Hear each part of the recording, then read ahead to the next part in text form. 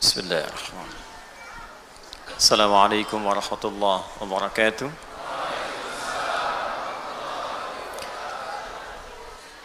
Alhamdulillahilladzi hadana lil islami fa asbahna muslimin. Segala puji bagi Allah yang memberikan hidayah kepada kita dengan Islam sehingga kita menjadi muslim. Fa aghrasa fi qulubina bil iman fa asbahna mu'minin. Lalu menanamkan pada jiwa kita kekuatan iman, maka dengan itu kita menjadi mukminin. Thumma amarna bil ibadati lartaqiya minal muttaqin, dan memerintahkan kita beribadah agar bisa menjaga iman kita dan menjadi orang-orang yang bertakwa. Allahumma salli wa sallim barik ala rasulil karim an-nabiyil amin sayyidina Muhammadin wa ala alihi wa sahbihi wa ummatihi ila yaumiddin. Allahumma salli ya Allah wa barik li jami'il muslimin bi fadli nabiyyikal karim Muhammadin wa ala alihi wa sahbihi wa dhurriyyatihi ila yaumiddin wahdihim ya Allah alladhina lam yahtadu ila al-islam liyakunu muslimin bi idhnika ya rabbal alamin. Amma ba'du fa ya ibadallah usi nafsi wa iyyakum bi taqwallahi faqad faza al-muttaqun fala tamutunna illa wa antum muslimun. Faqala ta'ala ya ayyuhalladzina amanu taqullaha haqqa tuqatih wa la tamutunna illa wa antum muslimun. Saudara-saudariku, Bapak Ibu sekalian, alhamdulillah kita berjumpa kembali untuk melanjutkan kajian kita setelah kita beribadah kepada Allah Subhanahu wa taala. Semoga seluruh ibadah kita diterima oleh Allah Subhanahu wa taala. Sebelumnya kita selalu menyampaikan doa kepada orang-orang di sekitaran kita. Yang pertama, boleh jadi ada tetangga kita, kerabat kita, keluarga kita yang sampai dengan saat ini belum memeluk Islam. Kita bermohon kepada Allah semoga dilembutkan hati mereka, ditanamkan kekuatan sehingga bisa mengucapkan syahadat sebelum mereka wafat. Alhamdulillah, dengan izin Allah, doa-doa kita mungkin dari sekian orang yang hadir, ribuan orang pada saat ini, ada 1-2 orang yang berdoa dengan khusyuk. Ada 1-2 orang memohon dengan hatinya. Mungkin dia ingat kawannya, dia ingat tetangganya, dia ingat bahkan keluarganya, yang itu bisa menyentuh dengan izin Allah kepada hamba-hamba tertentu. Alhamdulillah, hari ini ada seorang ibu dengan 3 orang anaknya itu langsung bersyahadat, dan alhamdulillah tadi telah kami syahadatkan ibunya dengan salah satu putrinya, karena yang satu putri, yang 2 adalah putra. Jadi tadi saya mohon izin kita membuka agak sedikit menyesuaikan waktu, karena kita mensyahadatkan dulu ibundanya dengan putrinya. Yang selanjutnya kita akan coba syahadatkan putra pertama beliau bernama Igede Arya Putra Maheswara, ya, kelahiran tahun 2006, usia baru 13 tahun. Kemudian yang putra ketiga beliau usianya baru 10 tahun, ya, yang lahir tanggal 29 Juli 2009.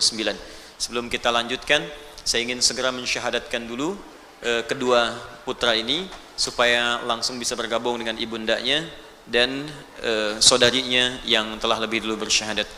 Karena itu saya coba undang di samping kanan kiri saya Igede Arya Putra Maheswara dan Inyoman Raditya Badrika Putra.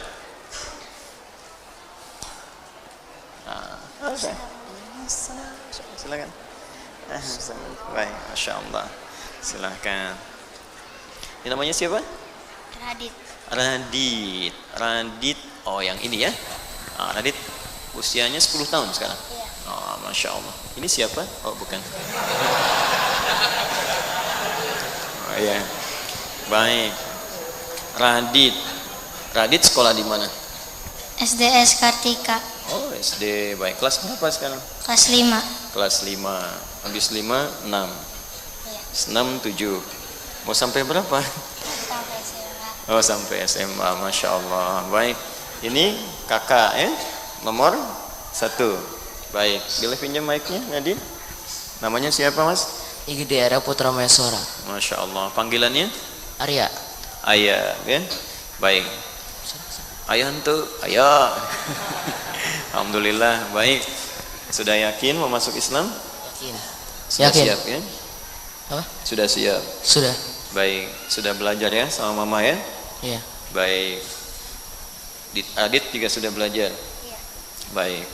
Ustaz satu-satu ya, bimbing ya. Siap. Pertama Mas Ayah dulu, baru nanti Adit ya. Siap? Boleh? Ayah siap? Siap. Pelan-pelan aja ya. Pelan-pelan. Terus diikutinya Ustadz selesai baru ayah. Iya. Ya? Baik. Bismillah. Bismillahirrahmanirrahim. Ar-Rahim. Ashhadu Asyhadu alla alla ilaha ilaha illallah illallah wa ashhadu wa asyhadu anna anna Muhammadan Muhammadan Rasulullah. Rasulullah.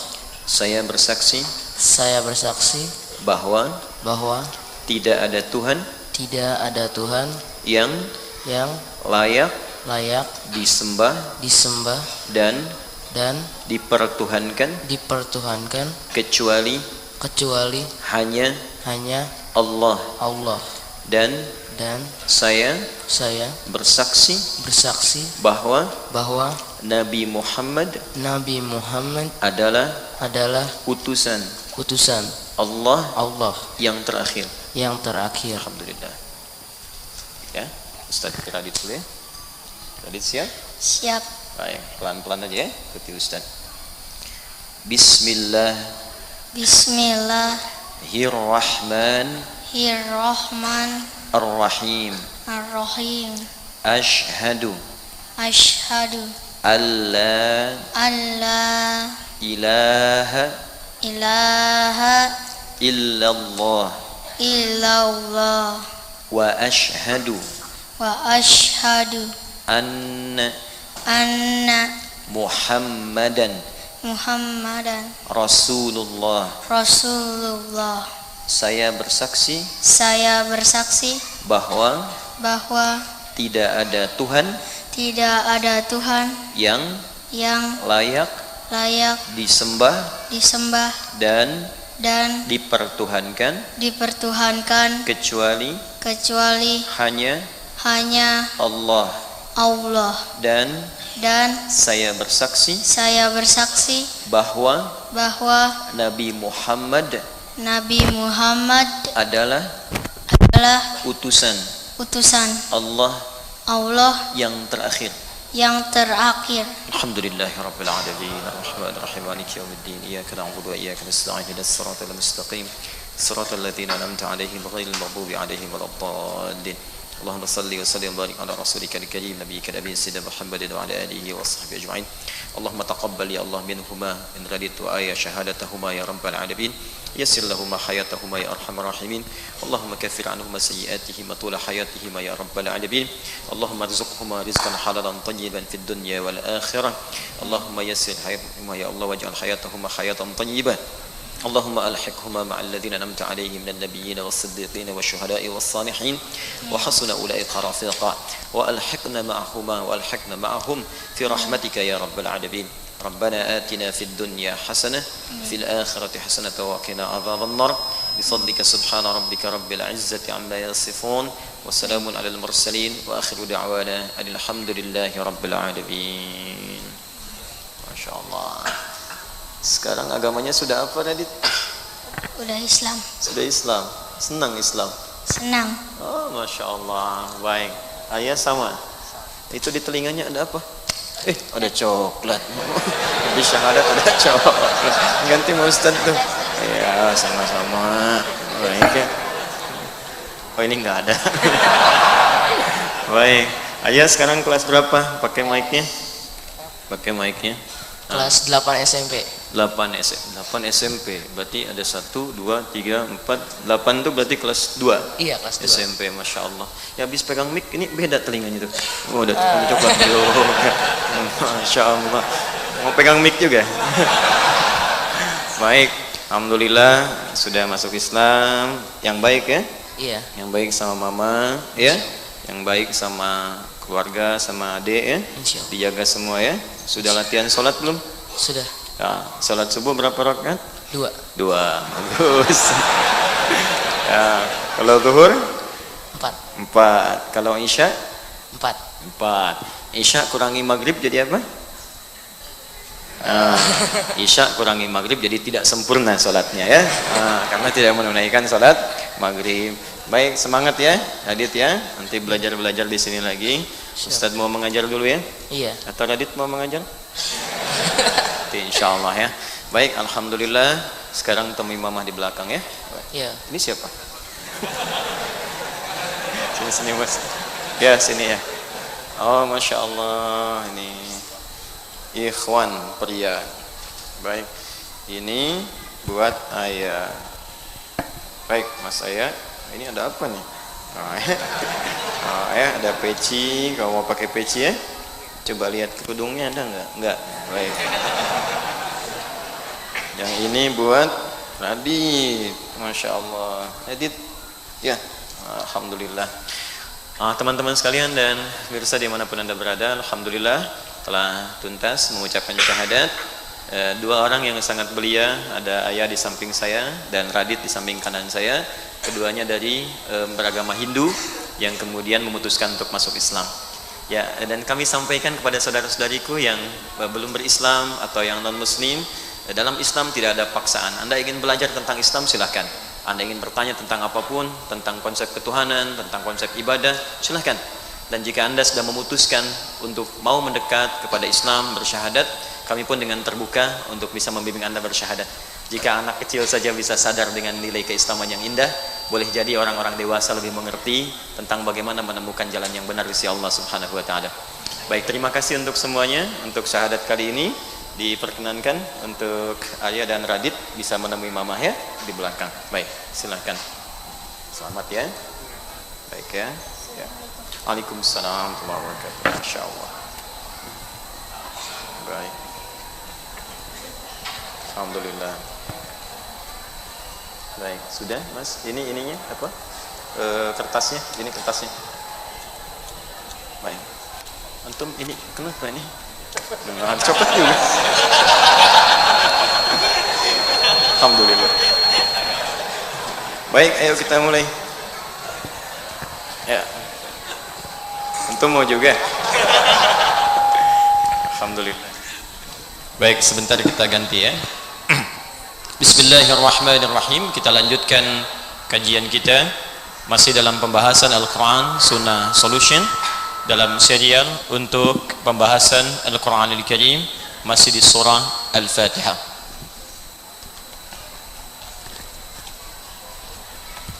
Hari ini kita akan lanjutkan pada pembahasan ayat yang terakhir, yaitu pada firman Allah Subhanahu wa taala, siratal ladzina an'amta 'alaihim ghairil maghdubi 'alaihim waladdallin. Baik teman-teman sekalian, Bapak dan Ibu, saudara-saudariku dimanapun anda berada, seperti pernah kami sampaikan, Al-Fatihah termasuk surat yang sangat penting dan juga seluruh surat yang lainnya penting. Namun setiap surah seperti saya sampaikan memiliki keistimewaan tersendiri. Al-Fatihah adalah surah yang sangat istimewa karena ia menjadi satu-satunya surah yang membuka bacaan di dalam salat. Al-Fatihah adalah surah yang sangat istimewa karena ia satu-satunya surah yang menjadi pembuka dalam mushaf Al-Quran. Karena itu dia disebut dengan Al-Fatihah, dengan al-nya bermakna ma'rifah karena membuka dua keutamaan tadi. Tidak ada yang paling utama dalam ibadah kecuali salat, itu yang paling nomor satunya, dasar dari semua ibadah, dan tidak ada yang disebut nilai-nilai kebaikannya tertinggi kecuali mendekat kepada Al-Quran. Itu yang disebutkan oleh Nabi SAW dalam sabdanya, khairukum man ta'allama al-Qur'ana wa 'allamah. Yang terbaik di antara kalian adalah orang yang mau belajar Al-Quran lalu mengamalkannya. Baik itu salat yang menjadi amalan pertama yang akan dihisab di hari kiamat. Inna awwalu ma yuhasabu bihil abdi yawmal qiyamati as-salat. Inna awwala ma yuhasabu bihil abdu yawmal qiyamati as-salat. Sungguh amal pertama yang akan dihisab oleh Allah, kata Nabi, di hari kiamat adalah salatnya. Ya, jika salatnya baik, idza saluhat saluhat sairu amali. Jika salatnya itu benar dan baik, maka benar dan baiklah seluruh amalan yang lainnya. Wa idza fasadat fasadat sairu amali, dan jika salatnya itu jelek, maka akan berdampak pula pada buruk amalan-amalan yang lainnya. Anda bayangkan, dalam hal salat dibuka dengan Al-Fatihah bacaannya, dan dalam qiraat Al-Quran dibuka dengan Al-Fatihah. Jadi cukup dua hal ini menunjukkan keutamaan Al-Fatihah. Yang kedua, Al-Fatihah alnya bisa bermakna istighraq, yang berarti pembuka pada seluruh hal-hal yang bernilai baik di sisi Allah Subhanahu wa taala. Fatihahnya pembuka segala kebaikan, alnya menunjuk pada keseluruhan. Jadi jika ingin dibukakan semua yang baik-baik dalam hidup, baik itu terkait dengan rizki, dibukakan pintu rizki yang paling baik, dibukakan kesembuhan yang terbaik saat sakit, dibukakan kemudahan terbaik saat mendapat kesulitan, termasuk dibukakan bimbingan hidup yang terbaik dari seluruh tubuh kita. Mata melihat yang baik, telinga mendengar yang baik, mulut bicara yang baik. Maka di dalam Al-Fatihah ada petunjuk-petunjuk untuk menghasilkan itu semua. Cukuplah Anda menguasai ayat ini seluruhnya dengan makna-maknanya, maka itulah kemudian akan mendatangkan kemuliaan besar di dalam kehidupan kita. Karena itulah Al-Fatihah disebut juga dengan nama Al-Kafi, yang mencakup semua nilai-nilai kebaikan, yang dengan cakupan itu cukup bila kita menguasainya, maka kita akan dapatkan seluruh tahapan-tahapan kemuliaan itu. Saya sudah terangkan dari awal sampai dengan ayat yang ke-6. Sekarang kita akan sambungkan pada ayat yang ke-7. Sebelum masuk ke ayat yang terakhir ini, saya ingin tegaskan kembali dalam salah satu hadis qudsi yang pernah kita bahas di pertemuan terakhir, jika seseorang benar membaca Al-Fatihahnya dengan hatinya yang paling dalam, lalu dia amalkan dengan baik, maka kata Allah melalui lisan Nabi SAW di hadis qudsi, perhatikan kalimatnya, hadza baini wa baina abdi. Ini adalah perjanjian antara aku dengan hambaku. Wali abdi masala. Jika hambaku benar sampai bacaan Al-Fatihah di ayat yang terakhir kemarin, iyyaka na'budu wa iyyaka nasta'in. Jika benar bacaannya sampai di situ, kata Allah, masala. Bonus pertama yang diberikan, apapun yang ia minta saat ini, aku akan kabulkan. Ingat itu? Apapun yang ia minta saat ini, aku akan kabulkan. Karena itu, pembuka perintah sholat itu diawali dengan kalimat minta sesuatu. Quran surah kedua Al-Baqarah ayat ke-45. Wasta'inu bis-sabri was-salat. Perhatikan cara menerjemahkannya. Kata Allah, jika Anda punya kesulitan dalam hidup, apapun jenisnya, maka terimalah itu dengan sabar. Lalu mintakan solusinya kepada Allah. Logika sederhananya begini. Kalau bapak ibu ada kesulitan tentang perihal tertentu, maka Anda akan mencari pakar untuk menyelesaikannya. Handphone rusak, perginya kan ke tukang handphone kan? Servis di situ. Motor ada masalah, pergi kemudian ke bengkel. Baik, fisik ada masalah, pergi ke dokter. Jelas ya? Sekarang hidup kita punya masalah. Maka yang bisa menyelesaikan semua itu, kita harus datang kepadanya. Siapa itu? Carilah yang tidak punya batas dalam pemberiannya. Bukan cuma sekedar memperbaiki motor Anda dengan kun fayakun dan ditunjukkan kepada bengkel terbaik. Bahkan ia mampu mendatangkan motor yang lebih baru. Maka ketika Anda memohon kepadanya, kata Allah, saya akan panggil engkau setiap hari supaya engkau bisa menyampaikan kepadaku keluhan apa yang sedang kau rasakan. Masalah apa yang Anda miliki? Maka datang kepadaku, kata Allah, karena aku tidak punya batas dalam pemberian. Maka muncullah kalimatnya, wasta'inu bis-sabri was-salat. Jika engkau punya persoalan dalam hidup, sabar dulu terima, nanti saat sholat datang kepadaku, mintakan apa yang ingin kau mohonkan. Karena itu sholat disebut dengan sholat di dalam semua kitab fikih itu seakar dengan kata ad-du'a. As-salatu fil lughati hiya ad-du'a. Sholat secara bahasa artinya doa. Karena itu semua bacaan sholat dari mulai takbir sampai dengan salam isinya doa semua. Silahkan Anda cek. Ya, saat mulai takbir Allahu Akbar, Allahumma ba'id baini wa baina khatayaya, doa. Anda ruku, subhana rabbiyal azim, doa. I'tidal, sami Allahu liman hamidah dan seterusnya, doa. Sujud, doa. Duduk di antara dua sujud, jelas doa. Rabbighfirli warhamni dan seterusnya. Tahiyat, doa. Bahkan sebelum kita salam, bukankah kita minta 4 permintaan yang paling utama? Ya, Allahumma inni a'udzubika min adzabi jahannam, wa min adzabil qabri, wa min fitnatil mahya wal mamat, wa min syarri fitnatil masih dajjal. 4, masih doa juga. Ditutup dengan salam pun doa. Assalamualaikum warahmatullahi. Doa. Mendoakan sekitaran kita, semoga Anda selamat dalam kebaikan, mendapatkan rahmat Allah dan berkahnya. Kanan kiri, semua doa. Dan berita baiknya, saat Anda mulai berdoa dalam keadaan berdiri, kata Allah, kalau benar bacaan Al-Fatihahnya, maka semua yang Anda mintakan di detik itu akan langsung dikabulkan oleh Allah Subhanahu wa taala. So, ada yang berkata, masa sih? Akhirnya, masa sih ya Allah? Makanya ketika ada orang yang kemudian menyoal, masa sih? Maka ditanyakan oleh Allah, iman kamu di mana? Katanya yakin dengan saya. Katanya beriman. Iman itu yakin tanpa ragu. Saya ulangi, iman itu yakin tanpa ragu. Jadi kalau Anda ingin berinteraksi dengan Al-Quran, gak boleh ragu. Karena itu kalimat Quran dibuka dengan jangan pernah ragu. Dzalikal kitabu la raiba fi. Dzalikal kitab, semua isi Al-Quran itu la raiba fi, jangan pernah diragukan. Karena itu ketika Anda yakin tanpa ragu disebut dengan iman. Orangnya disebut dengan mukmin. Ketika ada orang yang berkata, ya Allah benar akan dikabulkan, maka langsung oleh Allah dipertanyakan imannya. Dipindah ke Quran surah kedua Al-Baqarah ayat 153. Paling kanan sebelah bawah. Kalimatnya sama persis tapi pembukaannya berbeda. Yang pertama Al-Baqarah ayat 45, wasta'inu bis-sabri was-salah. Ada yang berkata, benar ya Allah, langsung dibalikan oleh Allah. Ya ayyuhalladzina amanu. Hai orang-orang yang telah beriman, engkau kan sudah beriman. Masa masih nggak yakin juga dengan saya? Kamu masih ragu, kata Allah. Di mana iman kamu? Jadi kalau ada ayat dibuka dengan kalimat iman, ya ayyuhalladzina amanu, 68 kali disebutkan dalam Al-Quran. Jika ada ayat dibuka dengan kalimat iman, maka informasi yang disampaikan sekaligus mempertaruhkan keimanan kita di hadapan Allah. Kalimat salat dibuka dengan iman pertamanya. Alladzina yu'minuna bil ghaib wa yuqimunas salat. Artinya sebelum salat kita yakin dulu ada manfaat dalam salat. Jadi kalau ada orang yang tidak salat dipertanyakan imannya di mana? Sama persis kalau ada orang yang salat dan tidak memohon kepada Allah atau ragu, kata Allah, iman kamu di mana? Ya ayyuhalladzina amanu sta'inu bis sabri was salat. Karena itu sebelum kita dalami lebih jauh, saya ingin tekankan dulu nih sebelum Isya. Begitu Anda sampai pada kalimat iyyaka na'budu wa iyyaka nasta'in, maka tanamkan keimanan dalam diri kita. Itu poin pertamanya. Yakin pasti Allah kabulkan. Yakin kalau kita minta pasti Allah akan berikan.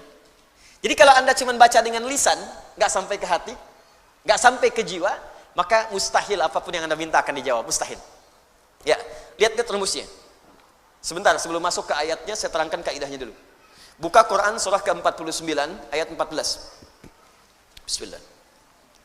Quran surah 49 Al-Hujurat ayat 14.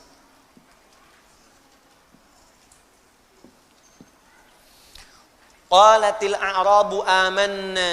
Orang Arab Badui berkata, saya beriman, kami beriman ya Rasulullah. Lalu Nabi diam sehingga turun jawaban dari Allah. Qul, katakan Muhammad. Ya, katakan Muhammad, lam tu'minu. Kalian sungguh belum serius imannya. Fokus. Walakin qulu aslamna. Tapi cukup katakan dulu, kami baru masuk Islam. Nah, orang yang masuk Islam bukankah mengucapkan kalimat syahadatain? Asyhadu an la ilaha illallah wa asyhadu anna Muhammadan Rasulullah. Jadi lisannya mengucapkan kalimat iman, ya, maka dengan kalimat itu menjadi muslim dia. Jadi baru di lisan. Nah, kalimat yang di lisan ini mesti dimasukkan ke dalam hati supaya sampai di jiwa kita. Kalau sudah sampai ke hati, nanti iman yang di hati ini akan membimbing seluruh tubuh kita. Masuk ke mata, matanya dijaga dengan iman. Masuk ke lisan, lisan dibimbing pakai iman. Beda antara lisan beriman dengan yang belum beriman lain. Ya, perhatikan ketika Nabi bahkan Al-Quran menyebut lisan, itu disebutkan imannya dulu. Ya ayyuhalladzina amanu la yaskhar qaumin qaum. Hai orang-orang beriman yang telah beriman, iman Anda akan membimbing lisan Anda untuk tidak saling mencela dengan orang lain. Iman Anda akan membimbing lisan Anda la yaghtab ba'dukum ba'du, untuk tidak bergosip. Jadi kalau ada iman dalam diri kita, itu imannya akan langsung sampai ke lisan, jangan gosip. Saya tidak, Ustaz, bagus. Tidak seperti ibu itu tuh. Kalau gosip tuh, sama. Ya. Jadi kalau iman kita itu masih ada, itu langsung bahkan seketika ada kebagian pikiran kita mengatakan ini nggak bagus. Pernah ada perasaan begitu? Ya, ada gambar-gambar yang nggak bagus, tiba-tiba ini nggak baik. Ya, qul lil mu'minina yaghuddu min absarihim. Katakan pada pria-pria yang punya iman. Iman itu akan otomatis masuk ke mata membimbing. Jangan lihat yang enggak bagus. Ke kaki sama, ke tangan sama. Jadi itu kalau iman masuk ke dalam jiwa kita, ke dalam tubuh kita, maka dia akan membimbing seluruh elemen tubuh kita untuk berlaku yang baik-baik. Tapi kalau cuma di lisan saja, nyampe ke lisan diucapkan, enggak nyampe ke hati. Walamma yadkhulul imanu fi qulubikum. Lihat ayatnya. Sedangkan iman yang engkau ucapkan itu, engkau tidak sampaikan dia ke dalam jiwamu. Akhirnya beragama itu hambar. Salat cuma di lisan, Allahu Akbar, cuma nyampe sini aja, nggak nyampe sini. Karena diucapkan cuma di lisan, nggak sampai ke dalam jiwa, akhirnya yang di jiwa nggak memberikan bimbingan kepada kita. Memang lisannya Allahu Akbar, tapi di pikirannya WA hu Akbar, Facebook hu Akbar, YouTube hu Akbar, Allahu Akbar, tang ting tung ting tang ting tung tang ting tung. Jadi yang Akbar siapa gitu? Jadi kalau iman sudah masuk dalam jiwa, selesai. Begitu mau sholat, dia kondisikan handphonenya silent. Ada yang dia matikan dulu. Dia siapkan jiwanya. Itu yang dimaksudkan iman hadir dalam jiwa. Makanya setiap lisan kita berucap, pandangan kita menatap, lisan kita mendengar, pastikan semua dibimbing oleh iman. Kebanyakan orang yang sholat, ketika mengucapkan kalimat itu di era kekinian, itu semua bacaannya tidak bersumber dalam jiwanya. Cuman di lisan aja gitu. Coba tanyakan pada diri Anda ketika sholat. Masuk nggak bacaan itu ke hati Anda? Dibaca nggak dengan sepenuh jiwa? Jangan-jangan cuma takbir Allahu Akbar, tapi nggak nyampe ke jiwa. Beda kalau nyampe ke jiwa, Bu. Pak, Abu Bakar tuh sampai gemetaran mengucapkan itu. Allahu Akbar. Lisan berkata Allah Maha Besar. Fikiran menerjemahkan Allah yang paling agung. Hati mengatakan, ya Allah, aku mengucapkan Kau yang paling besar. Aku takut setiap hari mengucapkan Kau yang paling besar, tapi aku selalu merasa paling besar dibandingkan orang lain. Sombong dengan orang lain. Merasa angkuh, yang paling hebat dibandingkan yang lainnya. Merasa yang paling tinggi. Sementara setiap hari aku katakan Kau yang paling besar. Lisan berkata Allah yang Maha Besar, tapi selesai sholat merasa yang paling bagus sholatnya. Yang paling hebat dalam keilmuannya. Yang paling tinggi status sosialnya. Katanya Allahu Akbar, tapi setiap hari merasa akbar. Itu kalau benar-benar sholatnya demikian dalam jiwa, itu baru takbir sudah menangis, Pak. Ingat dosa. Allahumma ba'id baini wa baina khatayaya kama ba'adta bainal masyriqi wal maghrib. Siapa yang bisa baca doa ini dengan hatinya, tersungkur dan terjatuh air matanya. Allahumma ba'id baini wa baina khatayaya. Khata'un, satu kesalahan. Akhta'un, banyak salah. Khataya, salahnya banyak sampai nggak kehitung. Tambah ya kecil di akhirnya. Ya, aku ngaku. Ya terakhir itu ngaku. Khataya, ya Allah, aku mengakui dalam sholat ini aku banyak salahnya, nggak terhitung. Sedangkan cita-citaku itu ingin ke surga, ya Allah.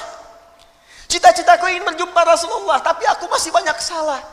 Maka mohon ya Allah, jikapun aku wafat dalam sholatku sekarang, karena di Al-Baqarah 46 itu, siapkan dirimu dalam sholat. Mungkin itu sholat terakhir kamu.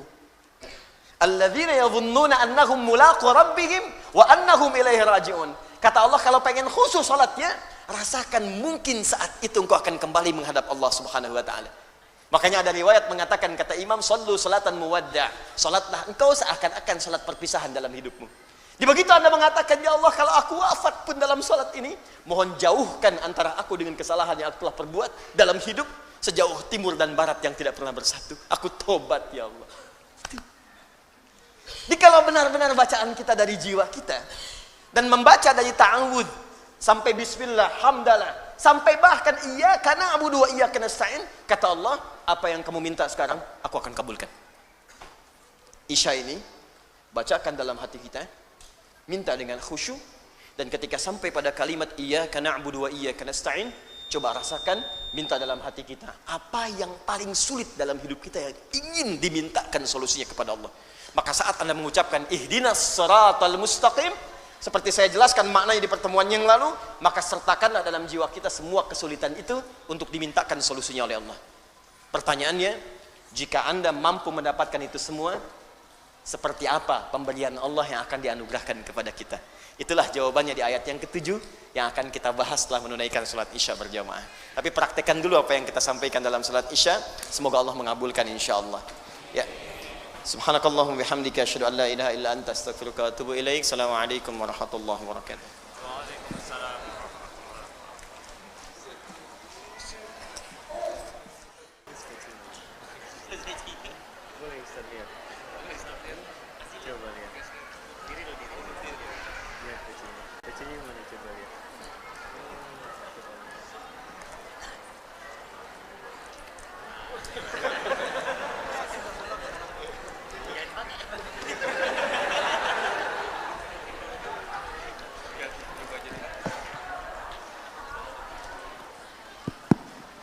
Bismillah. Assalamualaikum warahmatullahi wabarakatuh. Alhamdulillah. Wassalatu wassalamu ala Rasulillah wa ala alihi wa sahbihi wa man walah wa ba'du. Saudara-saudariku, kita telah menunaikan salat Isya berjamaah beserta amal dan sunnahnya. Semoga salat kita diterima oleh Allah Subhanahu wa taala.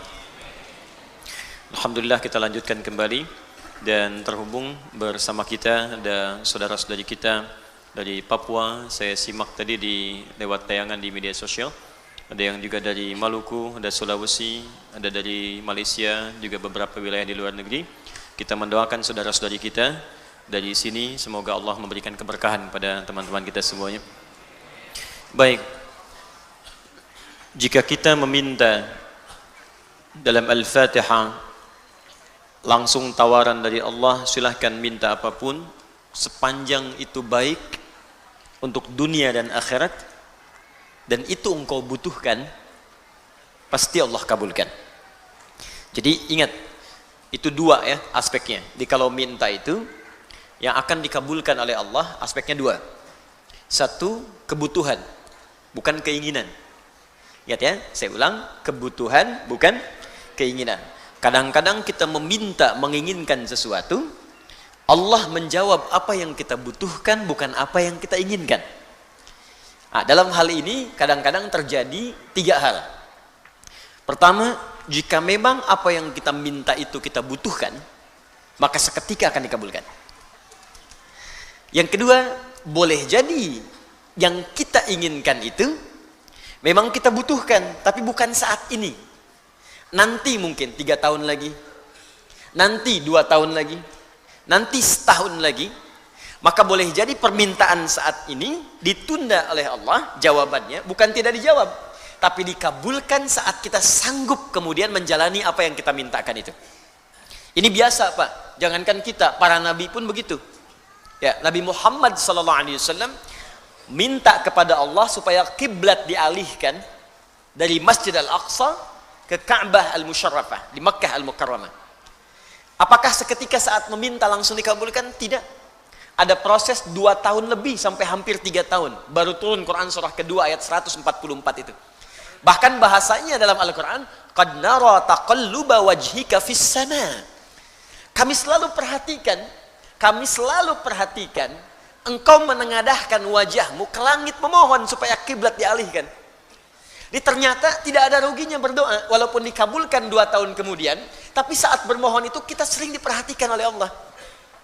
Anda diperhatikan oleh guru saja senang, diperhatikan oleh pasangan hidup senang, anak diperhatikan oleh orang tua senang, orang tua diperhatikan oleh anak senang.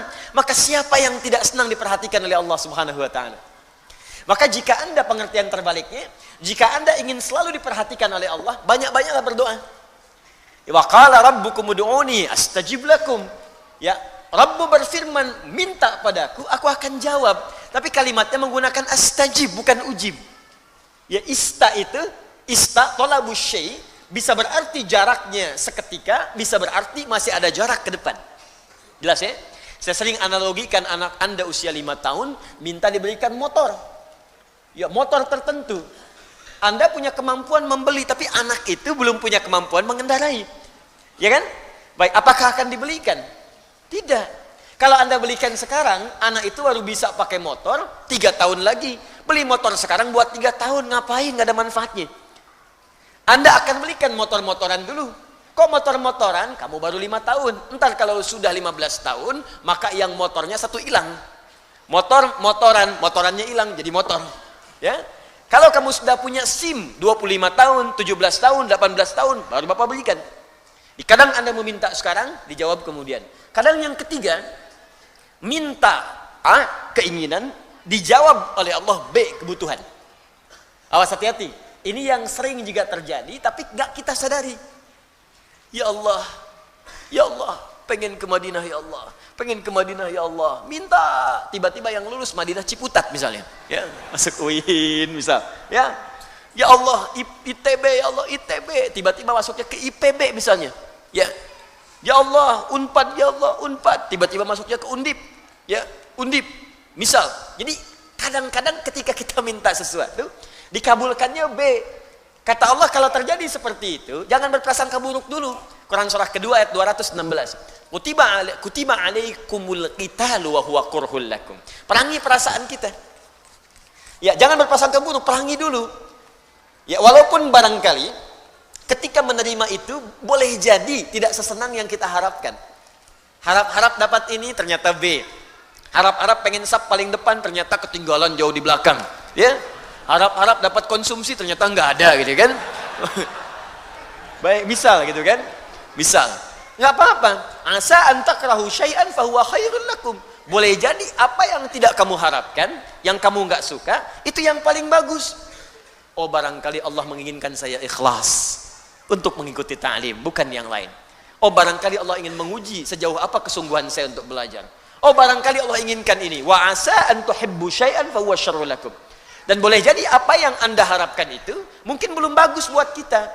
Kenapa ya Allah? Wallahu ya'lamu wa antum la ta'lamun. Karena Allah tahu masa depan. Sedangkan kita tidak. Jadi apa yang Allah berikan itu bukan hanya untuk sekarang. Ini loh, kamu kan itu nanti akan masuk ke sini. Akan kemana sampai wafat. Jadi ketika Allah memberikan sebuah pemberian, itu jaraknya panjang untuk maslahat yang kita bawa sampai menuju Allah di hari kiamat nanti. Di bagian pengabulan dari Allah Subhanahu wa taala. Yang kedua, sifat kebutuhan ini akan diikat dengan dua kebaikan, yaitu dunia dan akhirat. Dunia dan akhirat. Kadang-kadang baik dunia, tapi akhiratnya tidak. Ya Allah, saya pengen motor, ya Allah, bagus untuk dunia. Tapi ternyata ketika diberikan motor, itu tidak bisa mengantarkan Anda untuk ibadah. Malah ke masjid jadi jarang, karena sekarang rajin motor-motoran. Ya, ada yang tadinya nggak pernah ngajak tetangga, sekarang baru punya motor sudah muterin komplek. Assalamualaikum, ayo ke masjid yuk. Oh, padahal mah, gitu kan? Habis amal. Ya. Di kadang-kadang apa yang kita mintakan, dunia bagus, akhirat mesti baik juga. Makanya kita mintakan Rabbana atina fid dunya wa fil akhirati wa qina. Pilih mana? Kaya dunia, miskin akhirat, atau miskin dunia, kaya akhirat? Bagus. Itu ya.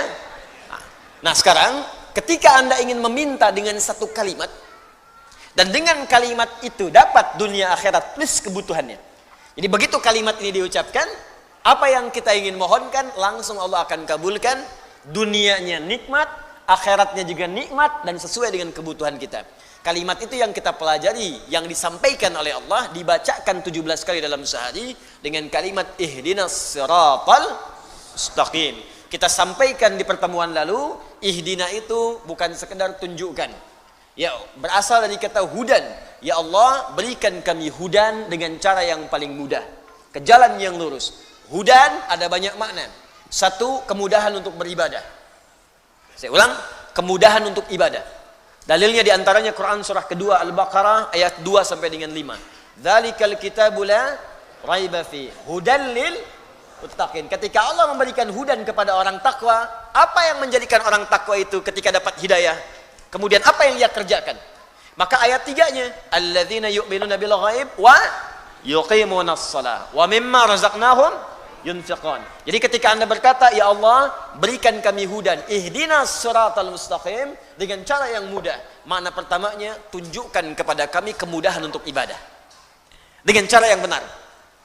Minta kepada Allah. Orang-orang yang diberikan kemudahan ibadah, maka gampang bangun tahajudnya. Tahajud gampang bangun. Puasa Senin Kamis gampang. Bahkan nyari ayyamul bid, bahkan nyari puasa Daud. Untuk infaknya gampang. Ya, walaupun punya 1 juta bisa infak, 100.000 bisa infak. Nggak ada uang, masih sedekah. Dia cari kadang ke jalan, buang sampah ke tempatnya. Apa yang kira-kira bisa di masjid dibersihkan, dia bersihkan. Ada orang-orang yang minta hidayah kepada Allah, diberikan kemudahan untuk jalan ibadah. Ada yang gampang ke masjid, Masya Allah. Ya, sholat subuh misalnya jam 4:06, jam 3 sudah ke masjid. Bahkan pintu belum dibuka, di luar dia sholat. Ya, karena memang bermalam di masjid itu kan, misal. Minta. Yang kedua, ada berarti solusi. Ya, dari setiap persoalan yang dialami. Yang ketiga, ada berarti juga bimbingan kemudahan untuk mencapai kesuksesan dari apa yang kita kerjakan dalam hidup. Ada solusi, ada kenyamanan, ada bimbingan, ada kemudahan untuk ibadah. Kalau Anda benar berdoanya, maka Allah ajarkan kepada kita akan dibimbing oleh Allah untuk mendapatkan kenikmatan dalam menjalani setiap kemudahan tadi. Maka turunlah ayat yang selanjutnya setelah kita mengatakan ihdinas siratal mustaqim, ya Allah berikan kami hudan dengan segala jenisnya itu yang telah kita pelajari dulu. Ya, dengan cara yang paling mudah, cara yang paling lurus. Seperti apa itu semua? Dilanjutkan oleh Allah Subhanahu wa taala dengan ayat berikutnya, siratal ladzina an'amta 'alaihim ghairil maghdubi 'alaihim waladdallin. Yaitu jalan-jalan kemudahan untuk mencapai petunjuk tadi, kemudahan ibadah dengan cara yang benar, kemudahan mendapatkan rizki dengan cara yang benar, kemudahan mendapat solusi ketika punya masalah dengan cara yang benar, kemudahan sukses dengan cara yang benar, seperti engkau berikan pada orang-orang dulu yang telah mendapatinya dengan cara yang paling nikmat. Bukan orang-orang yang telah engkau berikan kemudian tersesat dengan itu karena tidak menggunakannya, atau dia tahu itu kemudian baik tapi dia menjauh darimu ya Allah. Kita bacakan dulu tafsir dari ayat ini, baru kita bahas kalimat per kalimat insyaallah, supaya kita bisa mendapatkan pencerahan dari para ulama tafsir dulu. Hari ini saya kembalikan ke tafsir Ibnu Katsir rahimahullah. Wa qauluhu ta'ala siratal ladzina an'amta 'alaihim ghairil maghdubi 'alaihim waladdallin. Adapun makna firman Allah Subhanahu wa taala yang tadi dibacakan, qad taqaddama al-haditsu fima idza qala al-'abdu ihdinas siratal mustaqim ila akhiriha anna Allah yaqulu hadza li'abdi wa li'abdi ma sa'al. Seperti telah berlalu penjelasan dari kami ketika seorang hamba dalam salatnya mengucapkan iyyaka na'budu wa iyyaka nasta'in sampai dengan kalimat ihdinas siratal mustaqim, sampai ke akhirnya ihdinas siratal mustaqim, anna Allah yaqul, maka Allah menjawab. Ini yang saya pernah sampaikan kepada Anda. Jadi begitu mengucapkan iyyaka na'budu wa iyyaka nasta'in, kemudian ihdinas siratal mustaqim, maka sampaikan keinginan kita dalam jiwa kita, apa yang sedang kita rasakan. Ya. Kemudian Imam Ibnu Katsir mengatakan, annallaha yaqul, maka Allah akan menjawab, hadza li'abdi wa li'abdi ma sa'al. Ini perjanjian aku dengan hambaku, maka apapun yang hambaku mintakan, aku akan berikan. Wa qauluhu ta'ala, setelah kita menyampaikan apa yang kita mohonkan itu, lalu Allah Subhanahu wa taala berfirman, siratal ladzina an'amta 'alaihim, siratal ladzina an'amta 'alaihim mufassirun lis-siratal mustaqim. Ini adalah penjelasan dari kalimat sebelumnya siratal mustaqim. Bismillah. Jadi ada ayat yang ke-6 yang kita bacakan, ihdinas siratal mustaqim. Saya tulis sebentar. Saya agak pelankan sedikit supaya mudah dipahami. Bismillah. Ihdinas siratal mustaqim. Ya. Perhatikan baik-baik. Ya Allah, mohon berikan kami hudan. Dari kata hudan, saya sudah jelaskan pertemuan lalu. Bagi Anda yang tidak mengikuti, lihat lagi tayangan yang telah lalu. Ini maknanya bisa kemudahan ibadah, kesuksesan, solusi, kelapangan, dan segala jenis kebaikan-kebaikan. As-siratal mustaqim, dengan jalan yang lurus, dengan cara yang paling mudah. Jadi kalau ibadah, ya Allah tunjukkan cara ibadah yang benar, yang lurus. Kalau sholat, sholatnya benar, kan? Kalau kemudian puasa, cara puasanya benar. Kalau zakat, cara zakatnya benar. Kalau haji, cara hajinya benar. Kalau berpakaian, cara berpakaiannya benar, kan? Yang akhwat, jilbabnya benar. Yang pakai cadar, yang perempuan, yang laki-laki, yang celananya cingkrang, ya kan? Yang berjenggot, yang macam-macam ditunaikan dengan cara yang benar, ya. Jadi ketika kita minta kepada Allah akan dibimbing dengan cara-cara yang baik. Ini hudan. Nah, sekarang fokus kalau kita minta sukses, sukses dengan cara yang benar. Karena ada orang sukses tapi dengan cara yang tidak benar. Ada yang nyogok, ada yang korupsi, ada yang macam-macam. Jadi kalau ada orang korupsi tapi mengucapkan kalimat ini, itu tandanya imannya nggak sampai ke jiwanya. Ya aneh, ihdinas siratal mustaqim. Ya Allah, tunjukkan kami cara sukses yang benar dengan jalan yang lurus. Habis itu nyogok. Habis itu korupsi. Habis itu nipu. Berarti ada yang salah dalam sholatnya. Ada yang tidak tepat. Ya Allah, berikan solusi dengan cara yang benar. Ada masalah di rumah tangga, minta kepada Allah, maka diberikan solusi dengan cara yang benar. Dituntun kepada guru yang benar, kepada ustadz yang benar, pada kiai yang benar, minta solusi yang baik, sehingga selesai semua. Nah, yang paling indah, ketika Anda mendapatkan jalan yang benar itu, apa yang dimaksud dengan jalan yang benar? Anda bertanya lagi. Maka diteruskan oleh Allah, yang dimaksud dengan as-sirat ini, jalan yang benar ini, kalau ingin sukses, jalannya mesti benar. Kalau ingin ibadah, jalannya mesti benar. Kalau ingin ada solusi, jalannya mesti benar. Yang dimaksud jalan yang lurus dan benar itu, turunlah kalimat selanjutnya. Siratal ladzina an'amta 'alaihim. Siratal ladzina an'amta 'alaihim. Ini poinnya.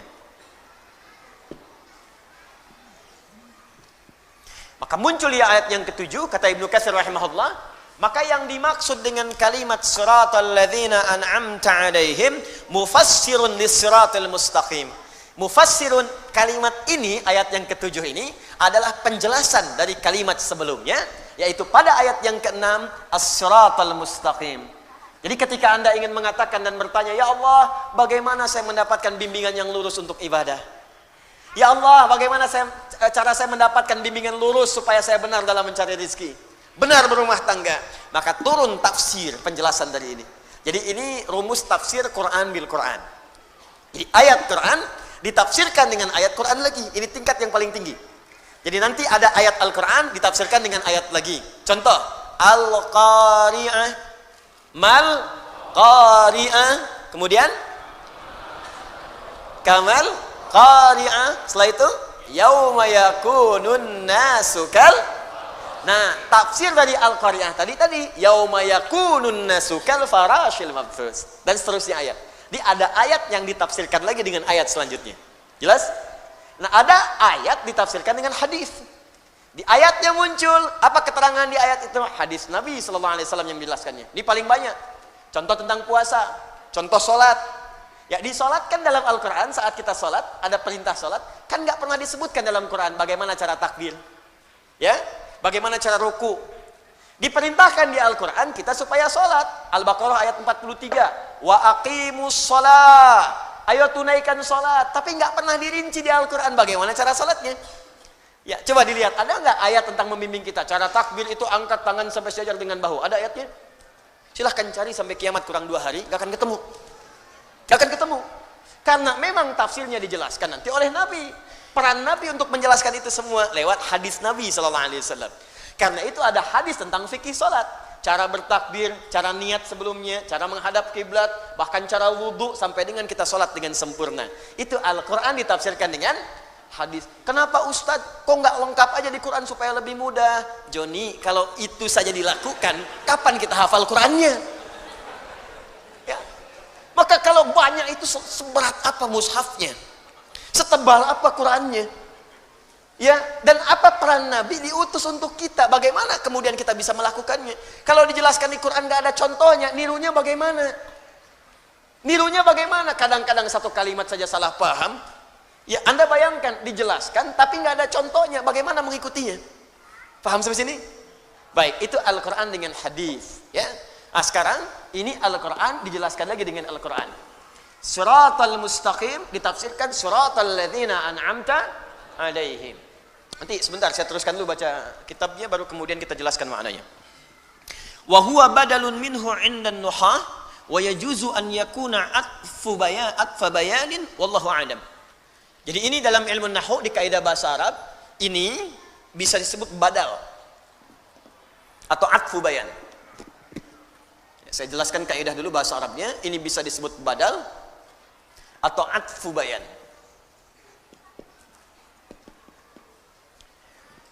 Badal artinya keterangan yang menggantikan, menjelaskan secara menyeluruh. Itu badal. Ya, misal yang dimaksud as-sirat ini keterangan menyeluruhnya adalah ini maksudnya. Jelas? Atau atfu bayan, diikutkan pada ataf itu mengikutkan pada kalimat sebelumnya. Jadi hukum menafsirkan ayat ini ikutkan pada kalimat sebelumnya, jangan tafsirkan sendiri. Jadi kalau Anda ingin menafsirkan ayat yang ini, ya kata Ibnu Katsir rahimahullah, maka menafsirkan ayat ini atfun ikutkan pada kalimat sebelumnya. Lihat dulu. Karena itu di ilmu tafsir ada rumus namanya 2L 1S. Ya, 2L 1S, ya. Ini ada L, ada S, ada S. L-nya disebut dengan 2L, maaf, L, L, S. Double L, S. L yang pertama disebut dengan lihaq. Sudah? Maaf, 1L, 2S. Siyak dan sibak. Lihaq. Kedua siyak. Ketiga sibak.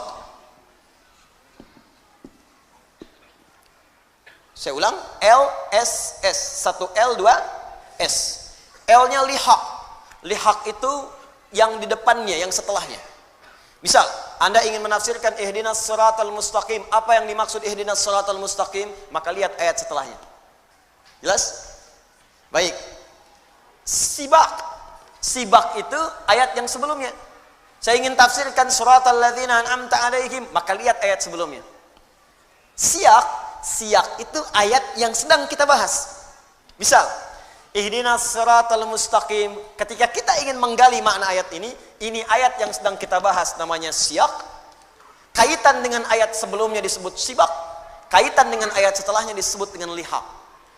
Secara singkat, kalau ingin menafsirkan Al-Quran, jangan sembarangan baca satu ayat langsung Anda pahami maknanya, tidak. Anda harus memahami dulu kaitan dengan ayat sebelumnya. Al-Baqarah ayat 7. Ingin Anda pahami maknanya, lihat kaitannya dengan ayat ke-6, ke-5, ke-4, ke-3, ke-2, ke-1 sampai Al-Fatihah. Lihat kaitan dengan setelahnya, ayat 8, 9 sampai dengan An-Nas. Itu baru kita akan menemukan penafsiran yang sempurna. Paham? Baik. Jadi ketika Anda ingin menafsirkan yang ini, atfun. Ini diikutkan kepada kalimat sebelumnya, bayanun, statusnya menjelaskan kalimat yang ini. Di secara singkat, paling gampang, ini ayat menjelaskan ayat sebelumnya. Itu maksudnya. Kalau panjang-panjang kemana, itu maksudnya. Ya. Saya kenapa bahas ilmu nahu dulu, kaidahnya, supaya kita nanti kalau menemukan yang seperti ini, bisa memahaminya dengan baik. Ya, belajar 25 tahun kalau nggak dibahas kan sayang gitu. Baik. Sekarang kita tafsirkan per kalimatnya. Walladzina an'ama Allahu 'alaihim humul madhkuruna fi suratin Nisa, haitsu qala ta'ala, "Wa may yuti'illaha wa rasulahu fa ulaika ma'al ladzina an'ama Allahu 'alaihim minan nabiyyin was-siddiqin wasyuhada'i was-salihin wa hasuna ulaika rafiqa." Sekarang fokus baik-baik. Lihat sini.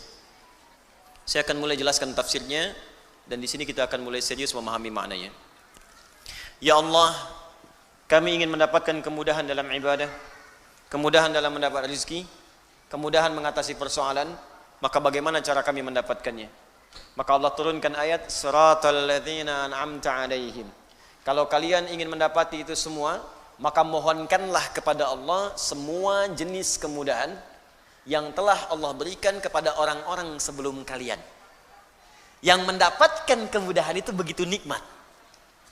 Kalau terjemah biasa, ya Allah, berikanlah kepada kami jalan yang paling nikmat seperti Engkau telah berikan kepada orang-orang sebelum kami.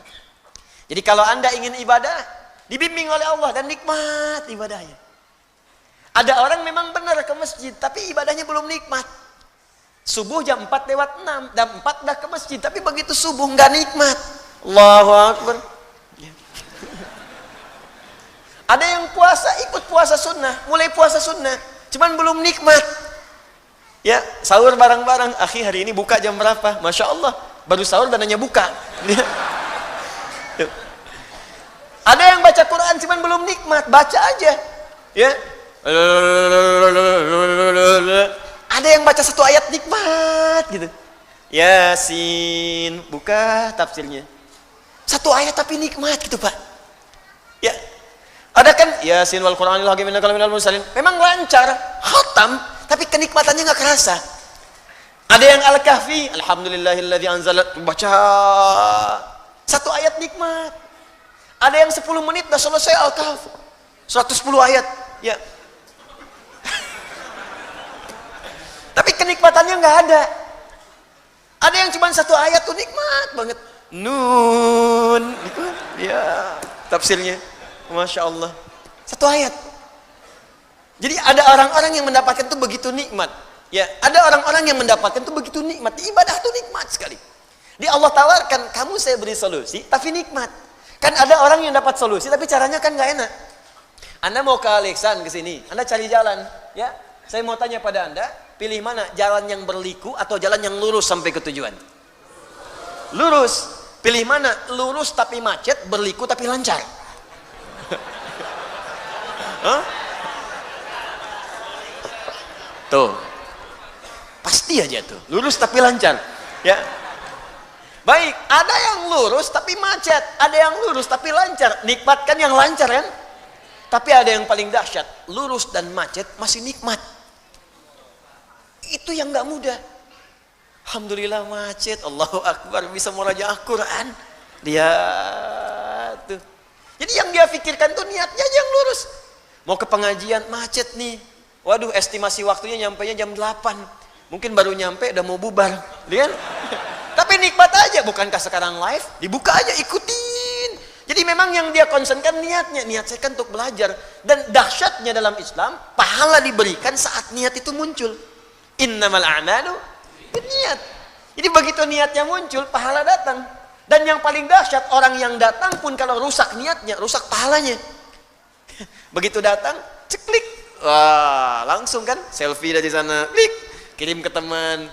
Aneh udah nyampe, ente di mana? Wah, mengaji dulu mencas iman.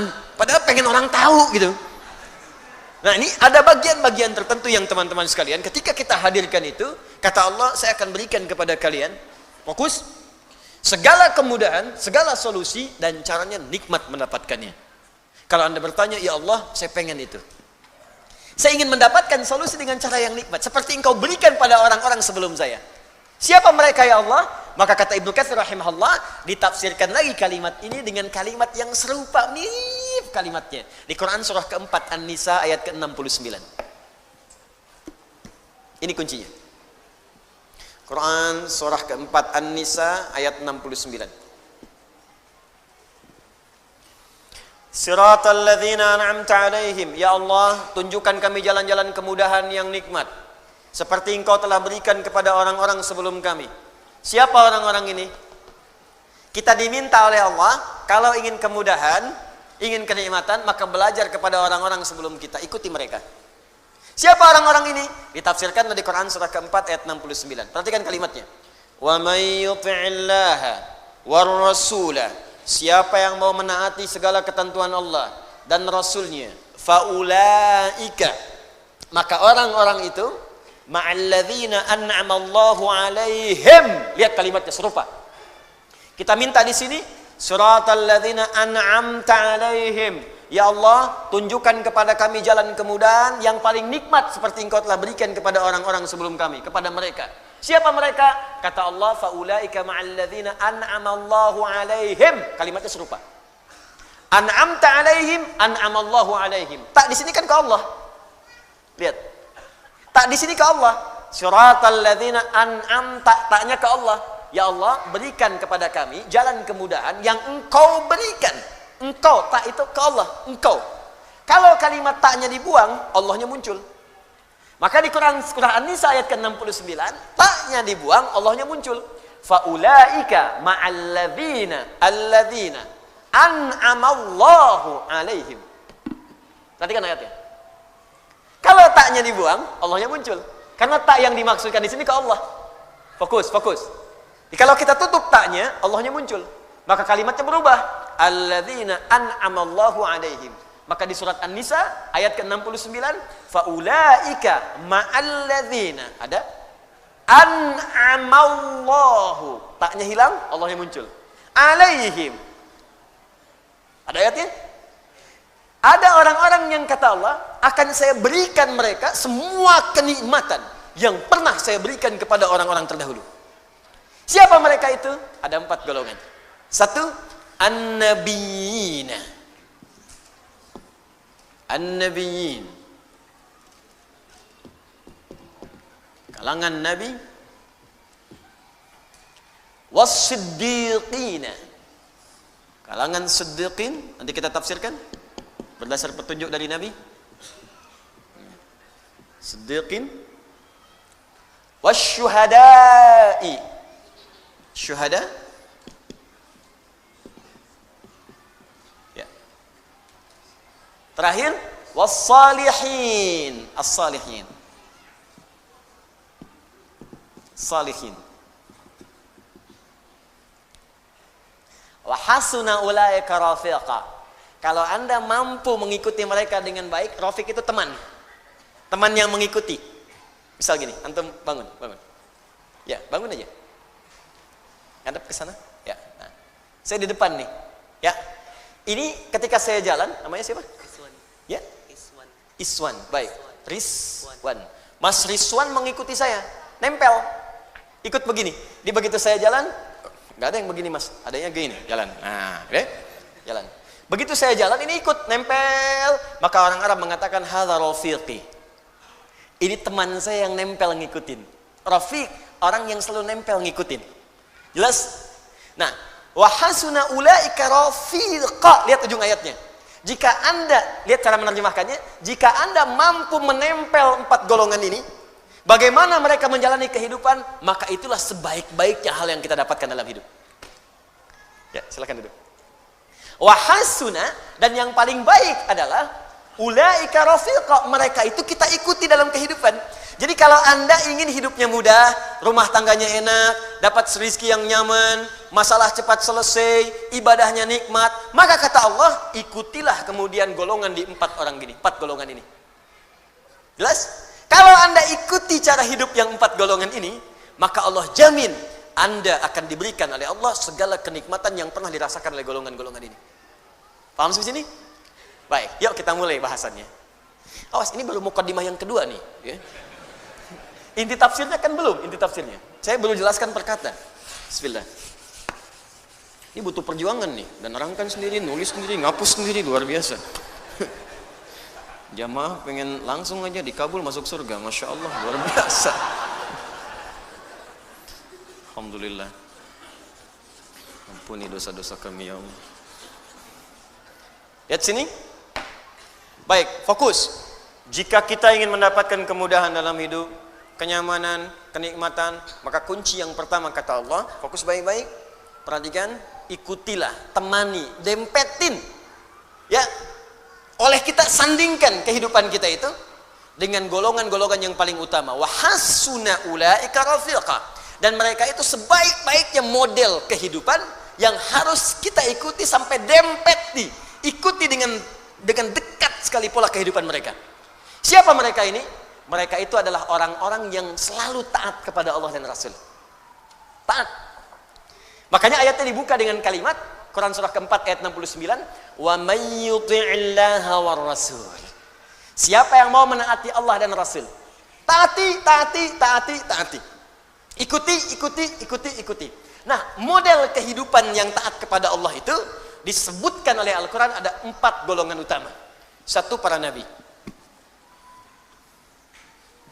Semua nabi.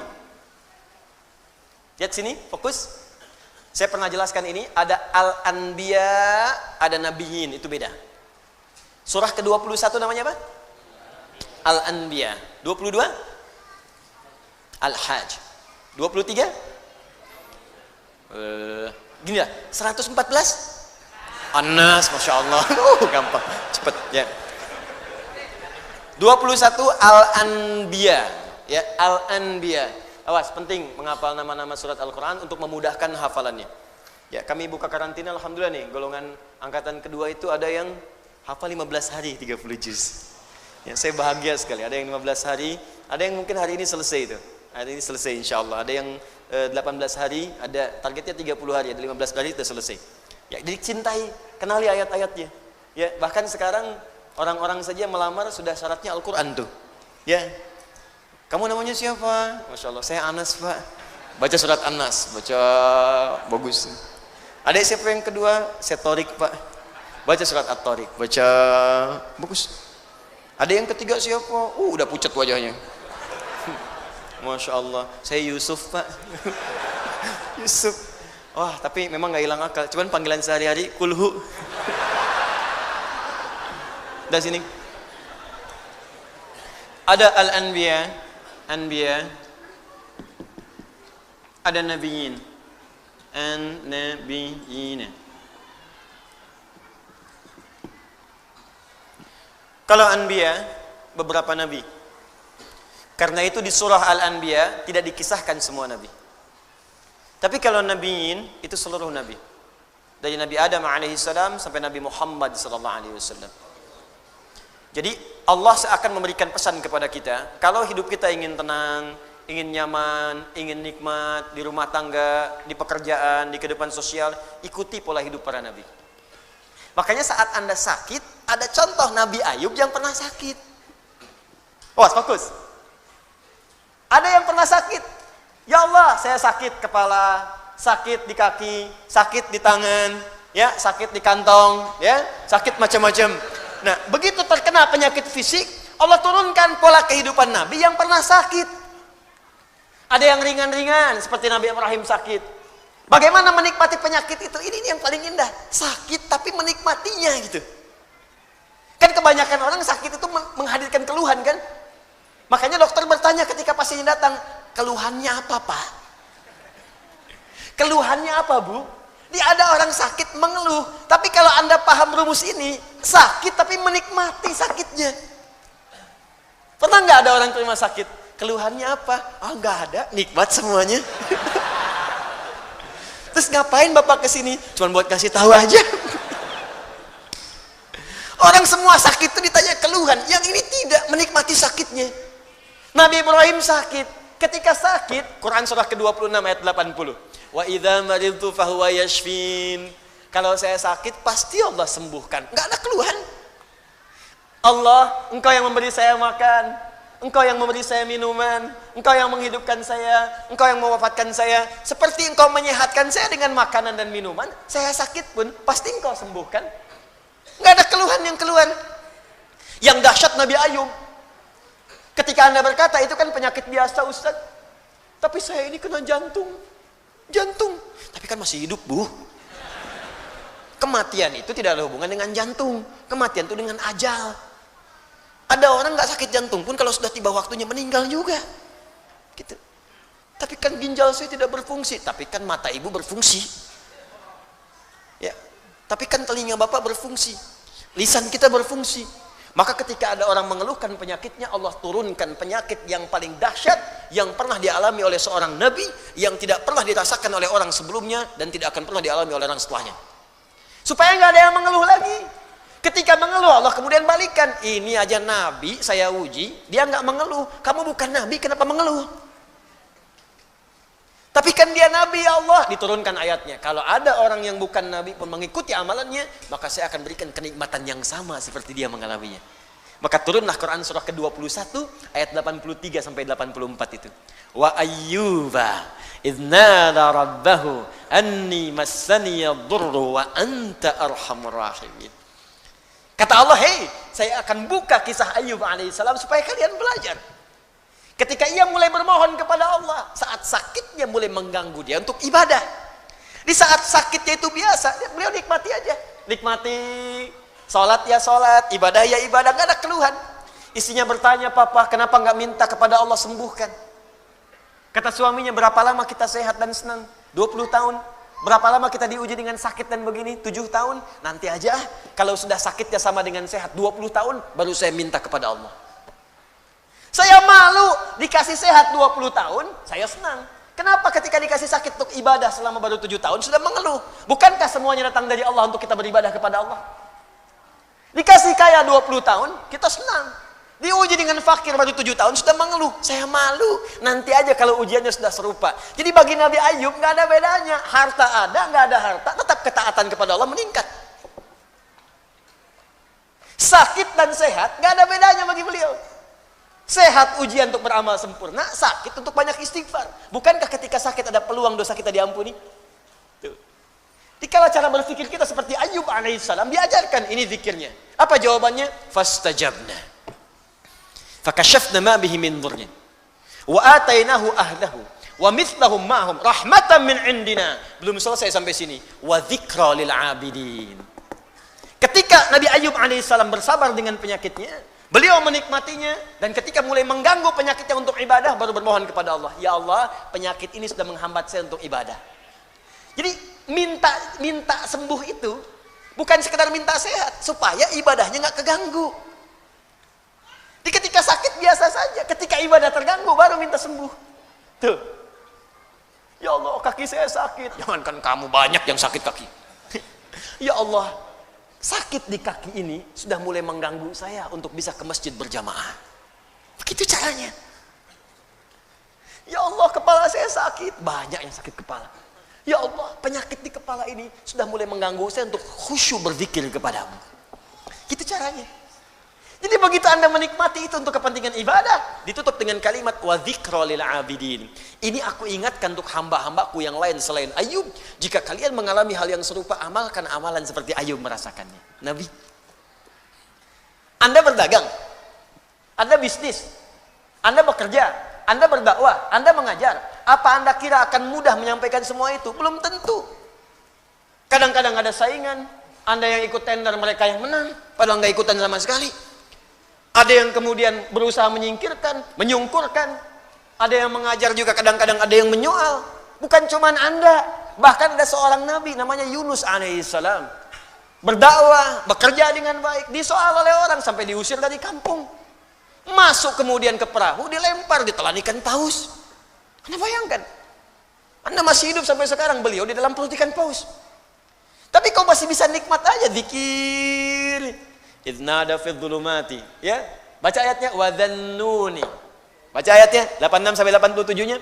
Wa dhannuni idh dhahaba mughadiba, ya. Wa dhanna an lan naqdir alayhi. Fanada fi dhulumati alla ilaha illa anta subhanaka inni kuntu minadh dhalimin. Tadinya gelisah. Enggak enak tuh. Ditelan dalam perut ikan paus. Kira-kira tuh di dalam perut ikan paus itu, maaf ya, terang atau gelap? Udah pernah masuk? Pengap atau nyaman? Ya, kita kebayang aja pasti pengap, sempit pengap. Dalam perut ikan yang sangat besar itu sempit pengap, tapi masih bisa berzikir kepada Allah. Allah ilaha illa anta subhanaka inni kuntu minadh dhalimin. Allah ilaha illa anta subhanaka inni kuntu minadh dhalimin. La ilaha illa anta subhanaka inni kuntu minadh dhalimin. Allahu akbar. Apa jawabannya? Fastajabna lahu. Ya, wa najjaynahu minal gham. Perhatikan jawabannya. Tadi Nabi Yunus alaihissalam masuk ke dalam perut ikan paus. Tapi ketika dijawab doanya, jawabannya bukan mengeluarkan beliau dari perut ikan paus. Ya. Kalau mau konsisten, fastajabna lahu wa najjaynahu minal hut. Kami jawab doanya, kami bebaskan dia dari perut ikan itu, kami keluarkan. Tapi yang terjadi adalah kalimatnya indah. Fa najjaynahu minal ghammi. Gham. Apa itu gham? Gham itu awan gelap yang menaungi. Gelap. Tiba-tiba gelap. Bahasa Spanyolnya puek. Udah siang, masih siang, udah gelap. Gelap. Fokus. Jadi ada ghamam, ada gham, itu beda. Kalau ghamam itu awan teduh yang menaungi. Ghamam. Al-Baqarah ayat 57. Wa dhallalna 'alaikumul ghamama wa anzalna 'alaikumul manna wassalwa. Paling kiri sebelah bawah. Ayo, mana Qurannya? Di ada ghamam, ada gham. Kalau gham itu awan gelap yang menaungi. Maksudnya ini bahasanya tinggi, bukan awannya. Tapi suasana gelap yang mencekam. Kadang kalau orang sedang ngelihat awan gelap, siang-siang gelap, perasaannya bagaimana? Gak enak ya? Gak enak, jalan gak enak, perasaan gak enak. Yang dimaksudkan di sini bahasa kiasan. Ada orang yang mengalami situasi yang gelap, bikin sesak, seperti Nabi Yunus berada di perut ikan paus. Suasana gelap, bikin sesak. Mungkin tidak harus masuk ke perut ikan. Anda ikut pekerjaan, tiba-tiba dijahili oleh orang. Anda yang difitnah, bukankah gelap? Pulang-pulang siang tapi sudah longlai. Nyampe rumah nggak ada senyum. Anda yang ikut ujian, begitu mau wisuda, ada nilai yang hilang belum sampai, tiba-tiba gelap. Anda yang sudah mau lamaran, besok mau nikah, tiba-tiba pasangan berubah keputusan. Gelap. Seketika kan gelap, ya Allah. Padahal situasi siang. Ya Allah, aku seperti tersambar halilintar. Padahal halilintar gak ada. Ya. Makanya kalimat Qur'annya indah. Allah tidak mengatakan perut ikan pausnya. Allah ingin mengatakan, akan ada orang-orang hambaku, mungkin selain Yunus, yang mengalami situasi serupa dengan Yunus. Pekat, gelap, capek, lemah, ya Allah. Walaupun tidak harus masuk ke perut ikan. Karena pekerjaan, karena di rumah tangga, karena di kampus, karena di kehidupan. Tapi Anda amalkan seperti Yunus. Dalam suasana di perut ikan pun masih nikmat. La ilaha illa anta subhanaka inni kuntu minal zalimin. Perhatikan, begitu Anda mengamalkan zikir yang sama dan menikmatinya, wa kadzalika nunjil mu'minin. Belum selesai artinya. Fanajjainahu minal gham, kami selamatkan Yunus alaihissalam dari gham, perut ikan. Wa kadzalika nunjil mu'minin. Kalau ada orang-orang beriman setelahnya mengalami situasi yang serupa, bahkan masuk ke perut ikan pun dia berpikir, saya selamatkan kata Allah. Atau bukan perut ikan, perut rentenir, kredit yang belum lunas, riba yang belum tuntas, lilitan utang, ya, kehidupan rumah tangga, masalah sosial, minta la ilaha illa anta subhanaka inni kuntu minadh dhalimin. Uang belanja belum kunjung datang, la ilaha illa anta subhanaka inni kuntu minadh dhalimin. Tuh nikmat. Maka poin besarnya, makanya Allah turunkan kehidupan semua nabi supaya kita belajar. Kalau sedang punya kedudukan, turunkan Nabi Sulaiman. Nabi Sulaiman itu bisa menaklukkan awan, bisa menaklukkan angin. Ya, bukan hayalan. Songgoku cuma awan kinton. Ya, Sulaiman semua awan. Guduha wa asyiya, datang pagi, datang petang, datang kecepatan kilat. Anda bayangkan, awan takluk, angin takluk, jin takluk, setan nggak macam-macam. Anda bisa bayangkan, tapi dengan segala kekuasaannya, hadza min fadli rabbi, tidak menghentikan beliau untuk bisa menyembah Allah dan tawadhu dengan kekuasaan. Nabi, Rasul, Raja, tingkat yang paling tinggi, wah, jin takluk, setan takluk, awan takut, angin takluk, masih tawadhu. Ini semua bukan aku, Allah yang telah menetapkan. Sama semut masih baik, pasukan, siap, ada semut, jangan disakiti. Anda siapa? Nabi bukan, Rasul bukan. Angin tidak takluk, Anda berdoa malah datangin topan. Minta hujan nggak datang-datang, nggak diminta hujan datang. Bayangkan, Rasul bukan, surga belum jelas. Anda sebesar apa sih kedudukannya? Jangankan pada semut, bahkan manusia pun Anda zalimi. Hutan pun Anda gunduli. Ya, gunung pun Anda hilangkan. Lautan Anda kuras. Anda siapa gitu? Makanya belajar ke sini. Maka kalau Anda bisa ikuti seperti ini, muncullah kemudian seperti Abu Bakar, seperti Umar, Utsman, Ali, Umar bin Abdul Aziz, yang walaupun ada di kedudukan, indah kalimatnya. Allahu Akbar, datang keponakannya, datang ke istana, tiba-tiba dimatikan lampunya, dinyalakan lilinnya. Ditanya dulu, kamu ada apa? Keperluan pribadi, matikan semua lampunya. Kenapa dimatikan?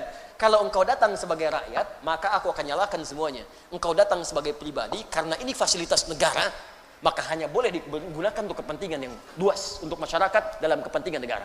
Tapi ketika datang dengan kepentingan pribadi, maka aku matikan, aku nyalakan lilin yang milikku pribadi. Wah, kalau semua pejabat seperti ini enak. Masya Allah. Plat merah pakai undangan. Izin nggak ada. Izin ada nggak apa-apa. Tenang. Nggak ada masalah. Kan aturan diikuti dengan baik. Nah ini. Di indahnya, setiap ada kejadian yang kita alami, pasti ada contoh nabinya.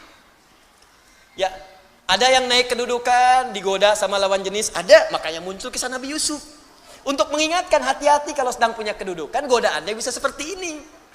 Bapak direktur, punya sekretaris, yang sekretaris perempuan. Satu ruangan, sekretaris abadi di rumah. Yang ditatap sekretaris kantor 8 jam dilihatin terus. Hati-hati. Maka muncul kisah Nabi Yusuf, ada lagi yang lain. Ya, ada ibu yang belum ada keturunan. Ya, bapak yang belum ada keturunan, diturunkan kisah Nabi Zakaria supaya nggak bersedih, nikmati. Lihat amalannya, pelajari. Kalau Anda amalkan semua itu, nikmat hidup. Puncaknya Nabi Muhammad SAW. Makanya semua miniatur Nabi dari Nabi Adam sampai Nabi Isa alaihissalam itu terkumpul contoh seluruhnya sempurna pada Nabi Muhammad SAW. Nabi sebelumnya sakit, Nabi Muhammad pernah sakit. Nabi sebelumnya punya kekuasaan, Nabi Muhammad punya kekuasaan. Nabi sebelumnya pernah dijahili, Nabi Muhammad banyak dijahili. Dan kita hafal sampai sekarang tokoh-tokohnya, ada semuanya. Tapi bagaimana ketika Nabi mengalami semua itu, kenikmatan yang dirasakan? Anda dicaci dengan lisan, Anda dilempar dengan perkataan. Nabi dilempar dengan batu di Taif sampai berdarah. Duduk istirahat di bawah naungan pohon. Datang 2 malaikat penjaga gunung. Ya Muhammad sallallahu alaihi wasallam, mud yadaika ilas sama. Muhammad sallallahu alaihi wasallam, angkat tanganmu ke langit. Mintakan kepada Allah supaya kami mengangkat 2 bukit di Taif itu untuk menghimpit orang-orang yang menyakiti engkau itu. Di malaikat sampai datang. Ini malaikat aja merasakan, ini orang luar biasa nih. Melempar Nabi sampai berdarah. Datang. Angkat tanganmu ke langit, minta kepada Allah. Kami lakukan sekarang. Kami angkat 2 bukit itu, kami himpit mereka yang menyakitimu itu. Melempar engkau dengan batu. Apa jawab Nabi? Lah, jangan lakukan. Fa innahum qaumun la ya'lamun. Fa innahum qaumun la ya'lamun. Mereka belum tahu saja. Nanti kalau sudah tahu juga, mereka akan menyadari mereka salah. Ya Rabb, ila man takiluni, a ila qaribin yu'dhini, am ila ba'idin yu'limuni, fa ana radin ma lam taghdab alayya. Ya Allah, setelah di Taif ini aku dilempari dalam berdakwah, kemana lagi engkau akan antarkan aku untuk berdakwah? Apakah dari Taif ini tempatnya masih dekat dan di situ aku akan disakiti lagi? Atau tempatnya masih jauh dan itu akan dizalimi lagi aku di sana? Aku ridha ya Allah, aku akan nikmati sepanjang engkau tidak marah kepadaku. Sepanjang engkau tidak marah kepadaku. Ya Rabb, mohon munculkan kelak di bumi Taif ini laki-laki, perempuan, anak-anak, dewasa yang kelak akan beriman kepada Allah dan Rasulnya. Muhammad sallallahu alaihi wasallam. Dilempari, disakiti, keluar darah, menikmati itu semua. Ruku, disimpan kotoran di punggungnya, menikmati itu semua. Difitnah, dizalimi, menikmati itu semua. Harakat, indah. Hidup dengan orang munafik, dibimbing sampai mau taubat. Muhammad sallallahu alaihi wasallam. Dan dahsyatnya, ketika miniaturnya terkumpul di Nabi sallallahu alaihi wasallam, yang sangat luar biasa itu, maka Allah turunkan satu ayat. Jika Anda ingin sempurna mendapatkan kenikmatan hidup, maka ikuti semua petunjuk yang pernah ditunjukkan oleh Nabi Muhammad sallallahu alaihi wasallam dari mulai tidur sampai dengan kita tidur lagi. Karena tidak ada teladan yang terbaik kecuali yang ini. Maka turun Quran surah 33 ayat 21. Bagian pertama. Quran surah ke-33 ayat 21. Laqad kana lakum fi Rasulillahi uswatun. Allahu akbar. Kalau nabi lain enggak disifati dengan ini. Nabi lain tuh cuman kisah ini diikuti, kisah ini diikuti. Nabi Muhammad tidak. Langsung keluar kalimat uswatun hasanah. Uswah hasanah. Bahkan ayatnya di riwayat Warsh dan Qalun bisa dibaca dengan iswah. Qalun, Warsh dari Nafi' bisa dibaca dengan iswah. Laqad kana lakum fi Rasulillahi iswatun hasanah. Iswah. Bisa uswah, bisa iswah. Dahsyat. Ini langsung penetapan dari Allah. Muhammad SAW beda, khusus, tidak sama dengan Rasul lain. Kata Allah, semua apa yang dikerjakan oleh beliau itu akan jadi teladan dalam kehidupan. Jadi kalau Anda ikuti, langsung seketika Anda akan jadi teladan dalam hidup. Bapak Ibu, lihat sini. Harakatnya apa? Dhamma, di atas di bawah. Di atas. Karena itu di ilmu nahwu disebut rafa namanya. Rafa, di atas, tinggi. Rafa. Alamatnya dhamma. Harakatnya di atas di bawah? Di bawah. Bawah itu khafad, rendah, kecil. Khafad. Tandanya harakatnya apa? Kasrah. Nih. Saya inginkan Anda paham. Bukan menghafal. Menghafal mudah. Paham, itu yang paling penting. Kasrah. Kenapa disebut kasrah? Dari kata kasura, sesuatu yang pecah, kecil, lembut. Biasanya di bahasa Arab kalau harakat-harakat kecil, yang lembut, tipis, itu menggunakan kasrah. Sesuai dengan sifat. Misal, perempuan lebih lembut daripada laki-laki. Lembut, halus, kata-kata yang lebih lembut, lebih halus, maka untuk perempuan menggunakan kasrah. Laki-laki lebih terbuka, a. Anta, anti, i. Jazakallah khair, jazakillah khair, i. Jadi kalau ibu ingin mengucapkan selamat, terima kasih, kalau ke laki-laki pakai ka, jazakallah. Kalau ke perempuan pakai i, jazakillah, i. Jangan tertukar. Ya. Saya pernah mengajar pakai batik, pakai peci apa, begitu selesai Ustaz, jazakillah khair. Masya Allah. Alhamdulillah. I. Di kasrah artinya pecah. Karena pecah jadi mengecil, i. Fathah terbuka, a. Dhamma terkumpul, u. Ya. I. Kasrah kecil, pecah, hancur, tipis. Nah, keluar dari sini jam 3. Mau itikaf tuh jam 3 keluar. Tiba-tiba di pohon depan itu ada suara.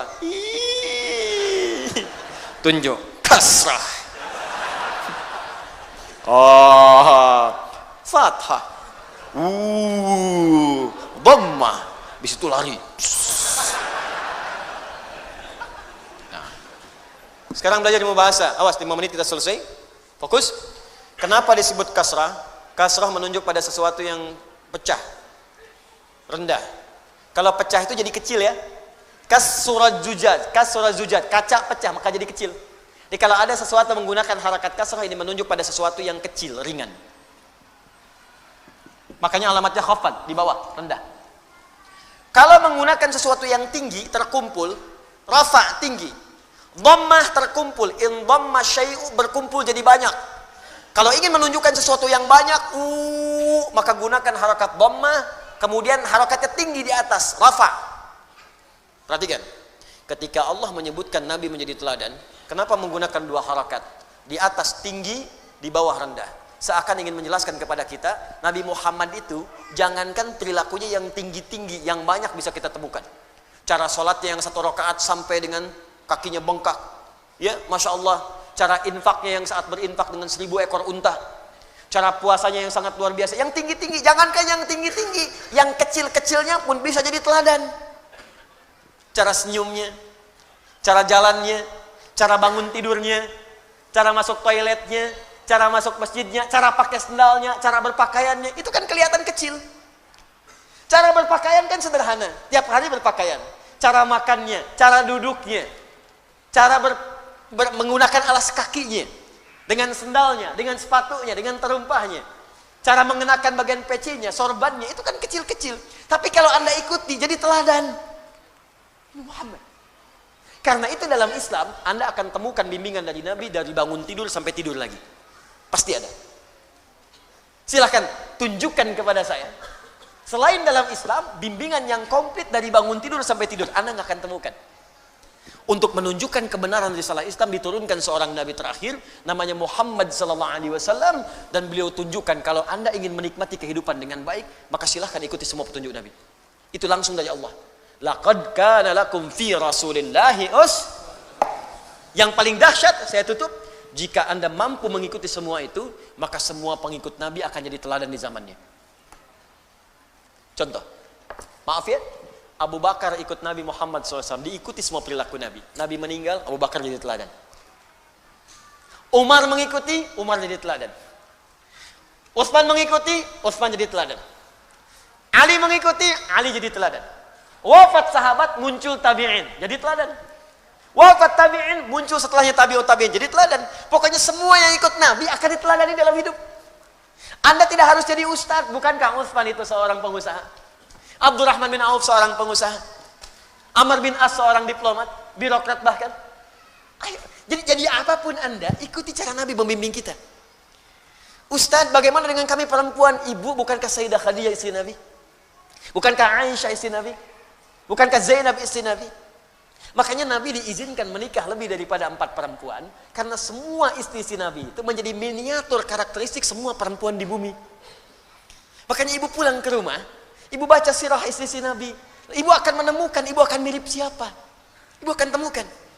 Ya, ada yang cekatan, senang belajar, berarti seperti Sayyidah Aisyah. Ibu pelajari bagaimana riwayat Sayyidah Aisyah. Ada yang senang ngaca, senang macam-macam, kan? Ada yang senang misalnya mohon maaf bikin masakan dan sebagainya, ada. Kalau Khadijah itu agak susah memang, ya.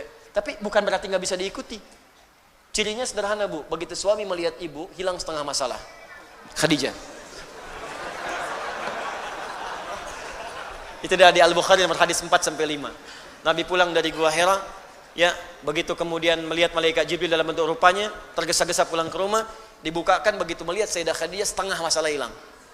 Digenggam tangannya, kata Nabi, zammiluni, zammiluni, selimuti saya, dibawa kemudian ke kamar, diselimuti, keluarlah kalimat yang indah itu. Allahu Akbar. Sayang, engkau itu orang yang sangat baik. Engkau penyambung silaturahim. Engkau senang memberi. Yakinkan pada jiwamu, aku akan selalu bersamamu dalam suka dan duka. Istri begitu Pak. Hilang semuanya, sudah selesai. Hilang semua kegelisahan. Khadijah, coba besok antum pulang dari pekerjaan kan, wah ada masalah. Nyampe rumah, assalamualaikum, dibuka, masya Allah, masalah tambah.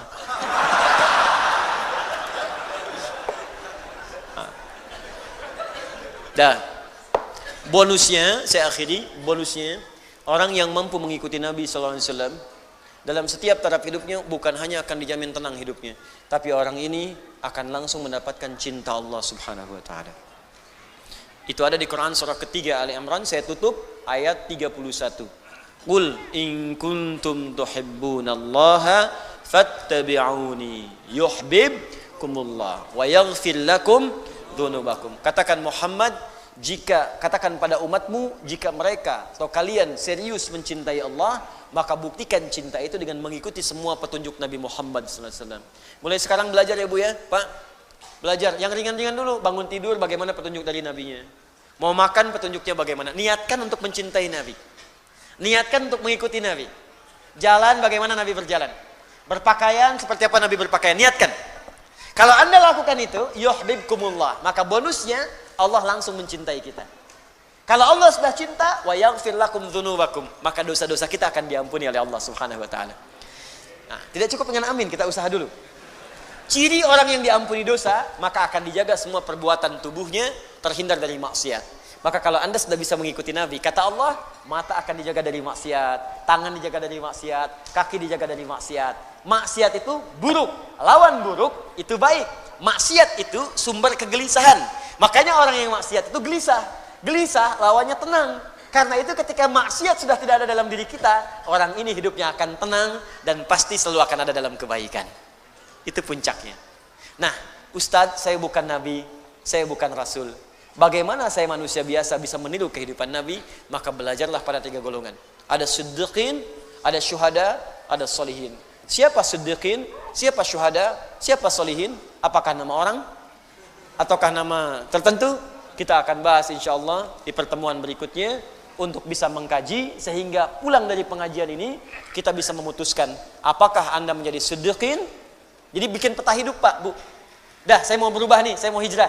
Mulai malam ini saya akan jadi siddiqin. Mama, besok Papa jadi siddiqin insyaallah. Maksudnya Pak ganti nama? Bukan. Ini, begini. Bikin kurikulum.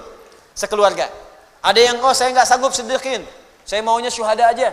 Maka apa amalan-amalan menjadikan Anda syuhada? Saya nggak sanggup syuhada, saya mau solihin aja. Ya, maka Anda masuk golongan solihin. Tapi seperti apa makna itu semua? Kita akan dapati insyaallah di pertemuan berikutnya. Dan mudah-mudahan tidak termasuk dalam golongan waladdallin atau maghdub alaihim. Baik, itu yang kita bahas pada kesempatan malam hari ini. Sebelum kita tutup, saya izin menyampaikan beberapa informasi. Pertama, mohon doa. InsyaAllah malam ini sekitar 10 menit lagi adik-adik kita semua, kader-kader kita akan berangkat ke Sudan. Ya, tadi siang sudah kami lepas. Dan sekali lagi pada orang tua mereka tolong bersabar. didoakan mereka, mereka sedang berjuang. Insyaallah mereka besok Jumat akan sampai di Sudan dan mereka akan belajar. Saya buka kesempatannya sampai S3, sampai mereka selesai dan pulang kembali.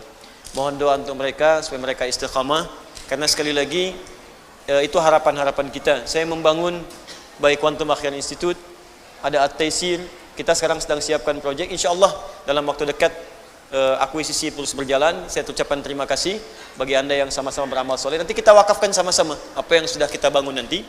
Dalam waktu dekat insyaallah ada Islamic Center yang kita siapkan, dan yang pertama dibangun adalah pesantren. Jadi nanti ada 2 pusat hafalan Quran dengan pesantren. Jadi kalau sudah ada, mudah-mudahan bisa diinfokan dengan lebih cepat ya. Mohon doanya dan kita semua beramal soleh insyaallah. Yang kedua, untuk peserta karantina itu insyaallah akan berakhir di bulan November, tanggal 20. Ya, mereka tepat 30 hari untuk proses hafalan. Alhamdulillah ada yang tadi saya katakan hafal 15 hari, ada yang 18 hari, ada yang nenek Bu 64 tahun. Ya, ikut bergabung juga. Ada yang 43 tahun, ada yang 12 tahun, ada yang 15 tahun.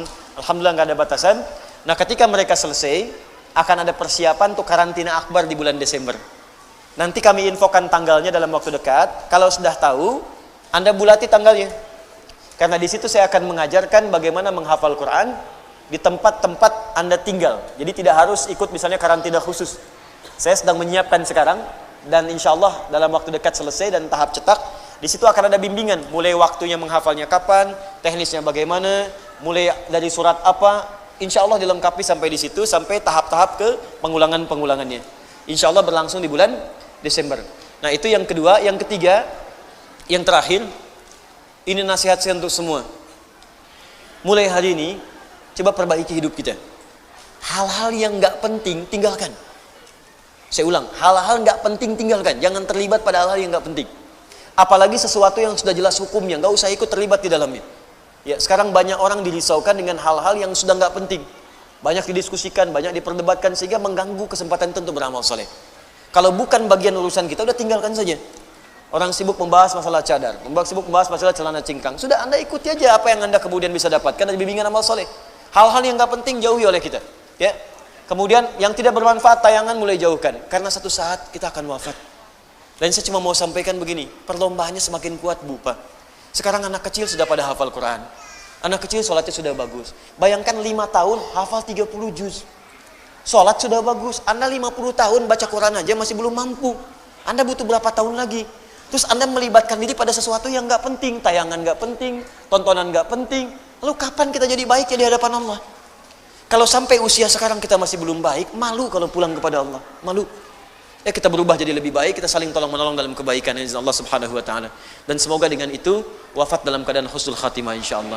Ya.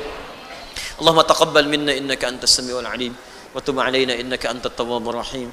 اللهم ربنا تقبل منا يا الله كل أعمالنا الصالحة وفقنا فيما تعلمنا به اللهم علمنا ما ينفعنا علمنا ما جهلنا وفقنا لنعمل ما تعلمنا به اللهم ربنا يا الله اجعلنا من أهل القرآن واجعل القرآن صحيبا لنا في الدنيا وشفيعا لنا في الآخرة يا رب العالمين ربنا آتنا في الدنيا حسنة وفي الآخرة حسنة وقنا عذاب النار بفضلك سبحان ربك رب العزة عما يصفون وسلام على المرسلين سبحانك اللهم وبحمدك نشهد أن لا إله إلا أنت استغفرك ونتوب إليك وآخر دعوانا alhamdulillahi rabbil alamin. Itu yang bisa saya sampaikan. Hari Sabtu insyaallah saya akan berada di Tangerang, kemudian berangkat ke Bandung. Ahad saya di Bandung, dan Ahad malam insyaallah saya ada di Surabaya. Jadi teman-teman yang di Surabaya kita akan berjumpa, dan pekan depan insyaallah teman-teman yang di sekitaran Goa dan Makassar saya akan hadir di sana di tanggal 16 November dengan izin Allah Subhanahu wa taala. Assalamualaikum warahmatullahi wabarakatuh.